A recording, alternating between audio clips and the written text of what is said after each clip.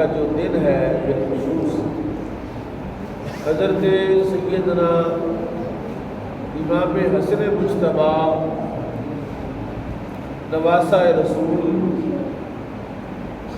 جگر گوش بطول چشم و چراغ مولا علی کرم اللہ تعالیٰ وجہ کریم، ان کا یوم شہادت ہے۔ شہادت کی دو قسمیں ہیں، شہادت جہری اور شہادت سری۔ جاری شہادت یہ ہے کہ بندے کو جنگ میں، لڑائی میں قتل کر دیا جائے، شہید کر دیا جائے، باقاعدہ اس کے جسم پر زخم نظر آئے۔ اور سری شہادت یہ ہے کہ کسی بندے کو دھوکے کے ساتھ خفیہ طور پر زہر دے دیا جائے کھانے میں ملا۔ اب زہر دے کے مارنا یہ بھی قتل ہے، اور جس کو زہر دیا جائے وہ بھی شہید ہے۔ اور ہمارے آقا امام الانبیاء صلی اللہ تعالی علیہ وسلم نے اپنے دونوں شہزادوں، دونوں نواسوں کے بارے میں فرمایا، ہما ریحانتیا،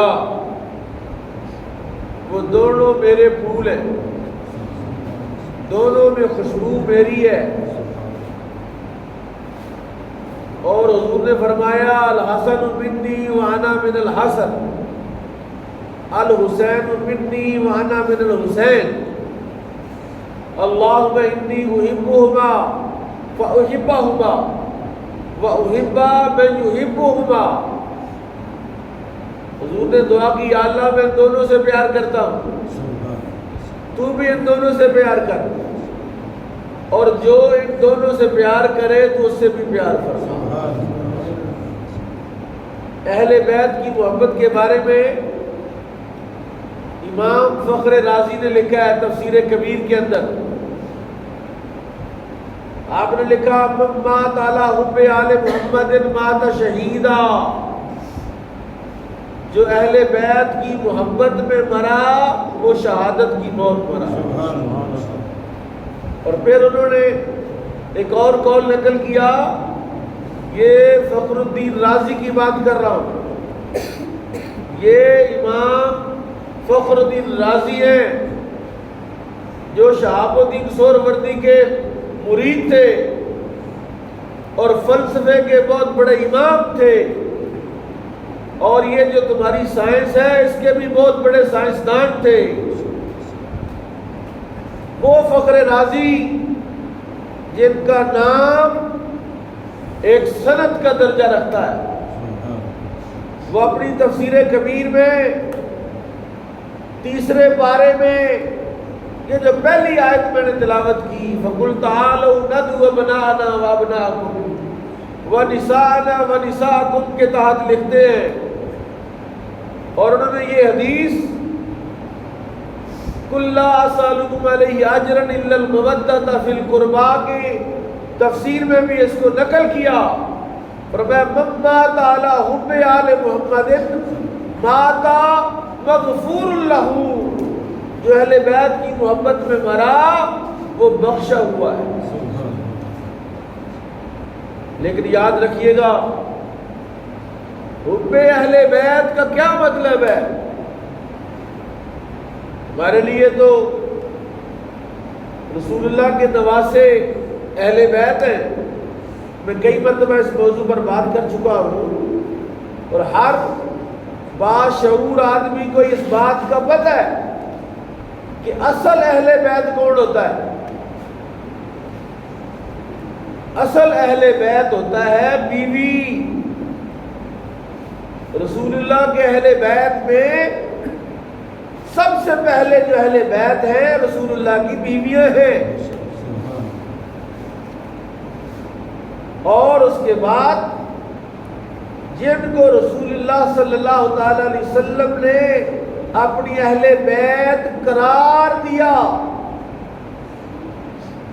جن کو صاحب رضا بھی کہتے ہیں کہ رسول پاک پر جب یہ آیت اتری انما یرید اللہ لیذھب عنکم الرجس اہل البیت ویطہرکم تطہیرا، کہ اے محبوب اللہ یہ ارادہ فرماتا ہے کہ آپ کی اہل بیت سے ہر قسم کی پلیدی کو دور کر دے اور ان کو اچھی طرح پاک اور ستھرا کر دے۔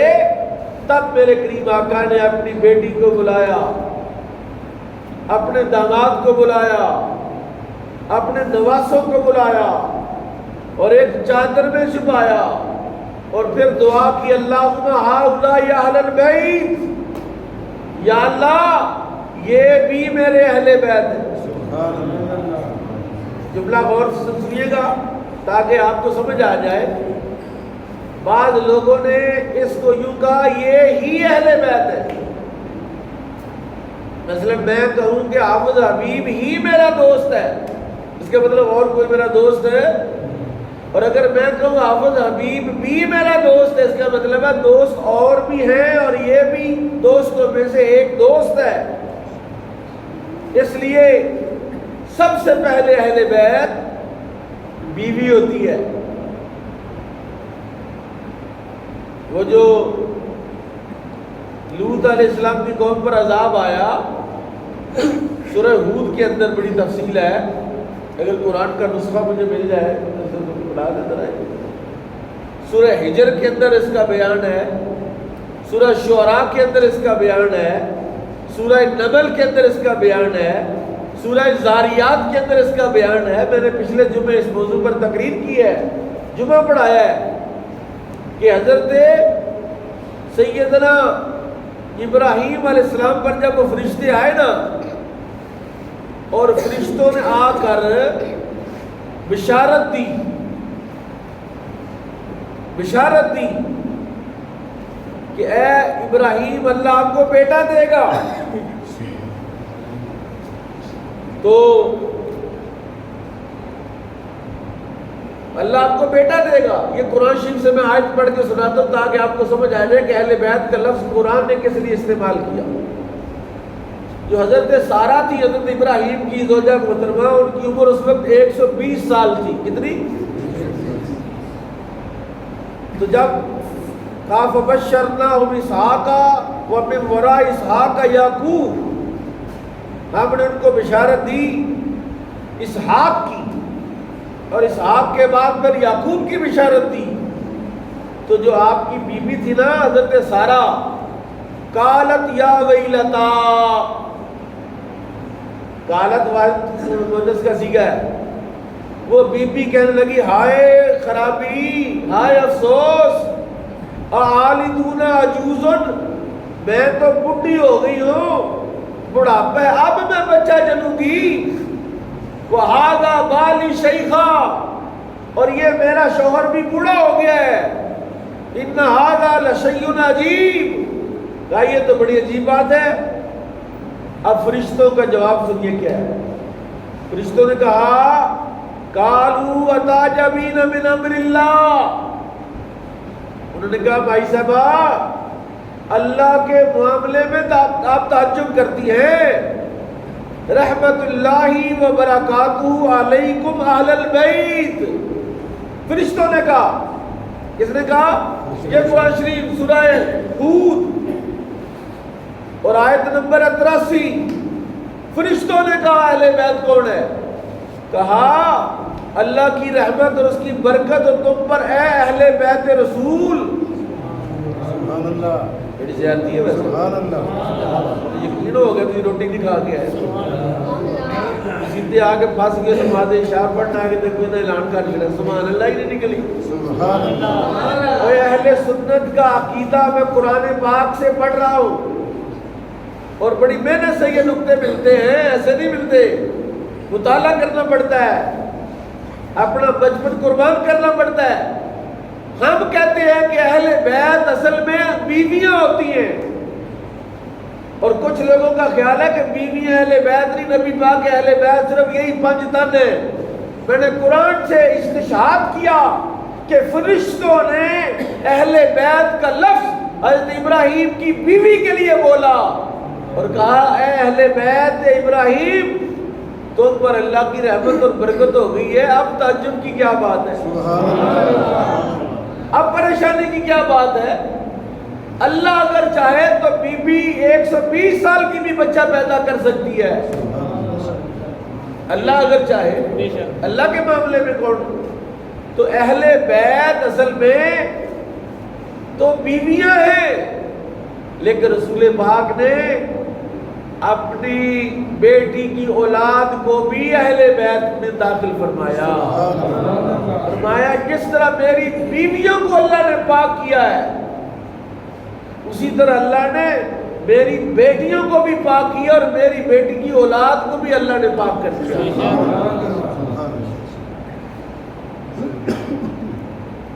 حضرت سلمان فارسی جانتے ہیں آپ؟ فارس کے رہنے والے تھے، کہاں کے رہنے والے تھے؟ فارس کے رہنے والے تھے، اور وہ پتہ نہیں بیچارے کہاں کہاں 3 پادریوں کی خدمت کر کے پھر پہنچے تھے مدینہ پاک۔ مدینہ میں بھی ایک یہودی نے خریدا ہوا تھا، ان کے باغ کی خدمت کرتے تھے، پھر وہ رسول اللہ کی بارگاہ میں آئے، پھر انہوں نے کلمہ پڑھ لیا رسول اللہ کا، وہ غلام تھے، اولاد اور خاندان نہیں تھا، سردار کے بیٹے تھے، لیکن بکتے بکاتے منٹل رسول اللہ صلی اللہ علیہ وسلم کی ذات اقدسی وہاں پہنچ گئے۔ رسول پاک سے اتنا پیار کیا انہوں نے کہ میرے نبی نے فرمایا اور سلیمان منا اہل البیت، لوگوں سلیمان بھی میری اہل بیت ہے۔ یہ اللہ نے رسول اللہ کو اختیار دیا ہے، جس کو چاہے اپنی اہل بیت میں داخل فرما لے، یہ کوئی اجارہ داری نہیں ہے۔ میں سمجھتا ہوں یہ مضمون شاید آپ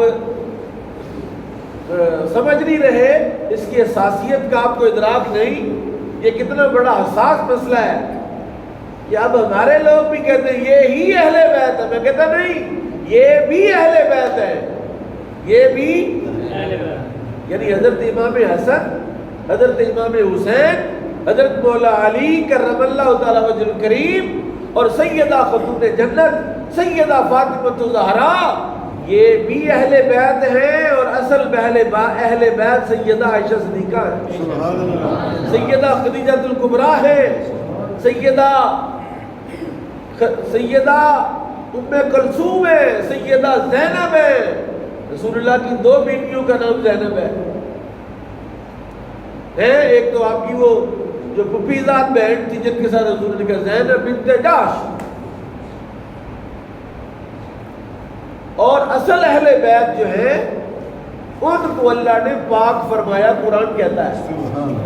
آپ کو پتہ ہے جب سیدہ عائشہ صدیقہ عفیفہ طیبہ طاہرہ پر رئیس المنافقین عبداللہ بن ابی نے تہمت لگائی، ایک بری بات کی نسبت کی، رسول پاک صلی اللہ علیہ وسلم خاموش رہے، اللہ تعالیٰ نے سیدہ عائشہ صدیقہ کی پاکیزگی اور پاک دامنی میں قرآن کی 17 آیات نازل فرمائی،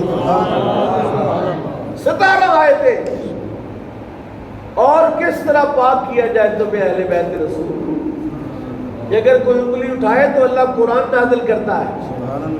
تو بہرحال جس عنوان پر آج ہمارا اجلاس ہے، محفل ہے، میں آپ کو خراج تحسین پیش کرتا ہوں کہ 4 یا 5 سال پہلے میں نے یہ تحریک شروع کی کہ لوگ امام حسین کے تو جلسہ اور محفل کرتے ہیں، امام حسن کا کوئی نہیں کرتا۔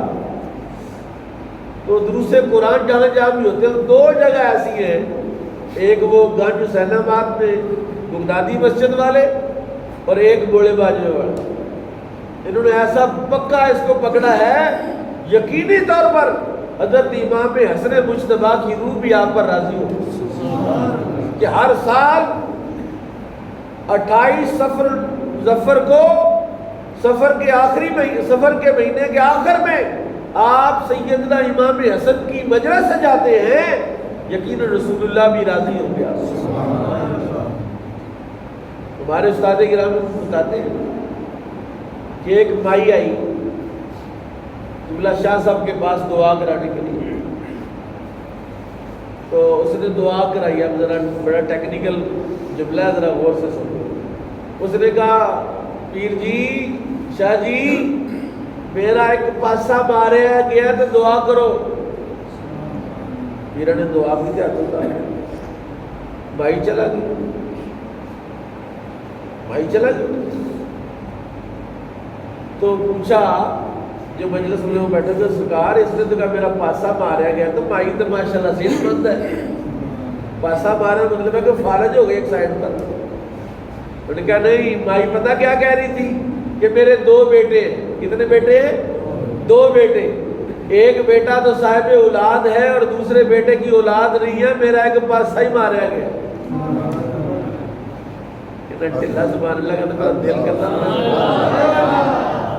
مطلب میں کچھ عام بات نہیں کر رہا، بڑی مزیدار بات ہے، بڑی ٹیکنیکل بات ہے کہ اگر کسی بندے کی 2 اولاد میں سے کسی بیٹے کے ہاں کوئی اولاد نہ ہو تو ماں باپ بھی سمجھتے ہیں ادھر کام ادھورا ہے۔ تو اگر سیدہ فاطمہ الزہرا رضی اللہ تعالیٰ عنہ نے آپ سے ہی پوچھ لیا کہ میرے چھوٹے بیٹے کے تو بڑے جلسے کرتے تھے، بڑے کا کبھی نام ہی لیا تم نے۔ جو بڑا بیٹا ہے جس کا نام امام حسن مجتبیٰ ہے، جو 7 سال نبی پاک کی گود میں کھیلا ہے، جس کو رسول اللہ نے اپنا لعاب مبارک، لباب دہن جو ہے ان کی حلق میں اتارا ہے، کھجور چبائی اور چبا کے حضرت امام حسن کے تالو کو چپکا دی اور وہ اس کو چوستے رہے۔ کخ کخ والی بات بھی آپ کو پتا ہونا چاہیے کہ رسول پاک نے صلی اللہ علیہ وسلم نے اپنی اہل بیت کے لیے زکوٰۃ کے مال کو حرام قرار دیا ہے۔ ایک تو وجہ یہ تھی کہ قیامت تک لوگ آئیں گے، کوئی کہے کہ لو جی اصل میں تو نبی کے گھر والوں کو زکوٰۃ والا جو سسٹم ہے نا، نبی نے اپنے خاندان کو بنا دیا ہے، قیامت تک زکوٰۃ کھائیں گے، موجے کریں گے۔ اللہ نے رسول اللہ کی اولاد پر زکوٰۃ کو حرام کر دیا تاکہ بتایا جائے کہ نبی اپنے خاندان کے لیے نہیں آیا، نبی ساری مخلوق کے لیے آیا۔ حضرت امام وہ زکوٰۃ کی کھجوروں کا ڈھیر لگا ہوا، حضرت امام حسن چھوٹے تھے، اب چھوٹا بچہ ہو، ٹافیوں کا ڈھیر لگا ہوا ہو تو جان کے ہاتھ جانا بچے ہو، آپ سب کہتے شاپر بسکٹا کا لے آتے رہے وہ بھی ڈوب گیا۔ تو بسکٹ پڑے ہوئے ہو، کوئی کھانے والی چیز ہو تو بچہ فطری طور پر ادھر کو مائل ہوتا ہے۔ حضرت امام حسن نے ہاتھ بڑھا کے نا کھجور پکڑ لیے زکوٰۃ اور اپنے منہ میں رکھ اور چبانے لگے، دوڑے رسول پاک صلی اللہ علیہ وسلم مصلی پر اپنی جگہ پہ بیٹھے، دوڑ کے جا کے بچے کا منہ پکڑا اور اس کا منہ کھولا، انگلی ڈال کے حلق سے کھجور واپس نکالا۔ رسول اللہ نے بتایا کہ میں محمد رسول اللہ صلی اللہ علیہ وسلم اپنے نواسے کو زکوٰۃ کی کھجور نہیں کھانے دیتا۔ یہ حضرت امام حسن مجتبیٰ ہے۔ اور ایک دن حضرت امام حسن بڑے تھے، امام حسین چھوٹے تھے، ذرا شعور زیادہ تھا، عقل سمجھ زیادہ تھی۔ حضرت امام حسن کو رسول پاک نے منبر پر اپنے ساتھ بٹھا لیا، اس طرح بٹھایا، اس کے سر پر ہاتھ رکھا اور اس کو دیکھتے رہے، پھر اس کا دیکھ کے پھر لوگوں کو دیکھا۔ یہ محدثین کا طریقہ ہے کہ جب وہ حدیث بیان کرتے ہیں تو وہ حرکت بھی کرتے ہیں جو حضور نے حدیث بیان کرتے ہوئے کی تھی، تاکہ لوگوں کو سمجھ آئے۔ اس طرح سر پر ہاتھ رکھا اور کبھی امام حسن کو دیکھتے ہیں، کبھی لوگوں کو دیکھتے ہیں، پھر امام حسن کو دیکھا، پھر لوگوں کو دیکھا، بات کوئی نہیں ہو رہی، خاموشی ہے، پھر امام حسن کو دیکھا،